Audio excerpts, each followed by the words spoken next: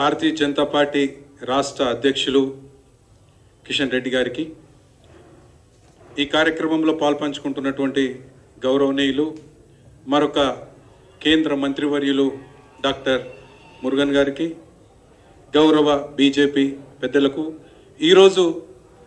నాతో పాటు భారతీయ జనతా పార్టీ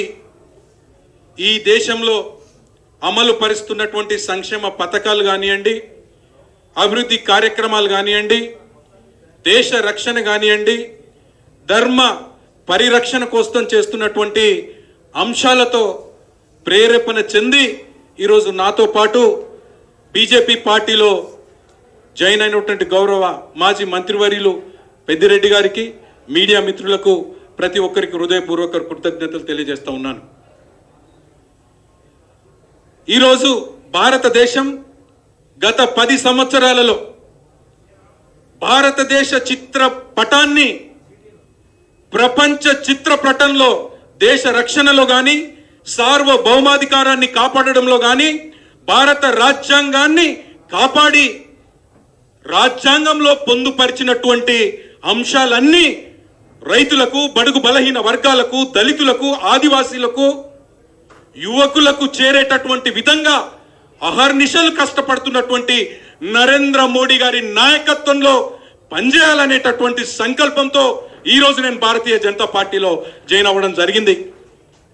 అదే విధంగా ఏదైతే నేను ఈ 2 నెలల 23 రోజులు అగౌరవంతో, అశాంతితో, మానసిక క్షోభతో కొట్టుమిట్టాడుతున్నటువంటి సమయంలో గౌరవ భారతీయ జనతా పార్టీ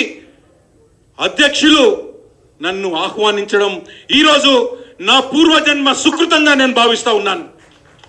కాబట్టి నరేంద్ర మోడీ గారి నాయకత్వంలో, అదే విధంగా తెలంగాణ రాష్ట్ర అధ్యక్షులు కిషన్ రెడ్డి గారి నాయకత్వంలో భారతీయ జనతా పార్టీలో నాకు ఇచ్చినటువంటి బాధ్యతలను తూచా తప్పకుండా పాటించి గౌరవ నరేంద్ర మోడీ గారిని అత్యధిక మెజారిటీతో 3వసారి ప్రధానమంత్రి చేయడంలో నా వంతు పాత్ర బియ్యపు గింజంతో ఉంటే ఈ జన్మ ధన్యమవుతుందని చెప్పి ఈ సందర్భంగా తెలియజేస్తూ, ఈ అవకాశం ఇచ్చినటువంటి బీజేపీ పెద్దలందరికీ పేరు పేరున హృదయపూర్వక కృతజ్ఞతలు తెలియజేస్తూ ముగిస్తా ఉన్నాను. జై హింద్, జై భారత్.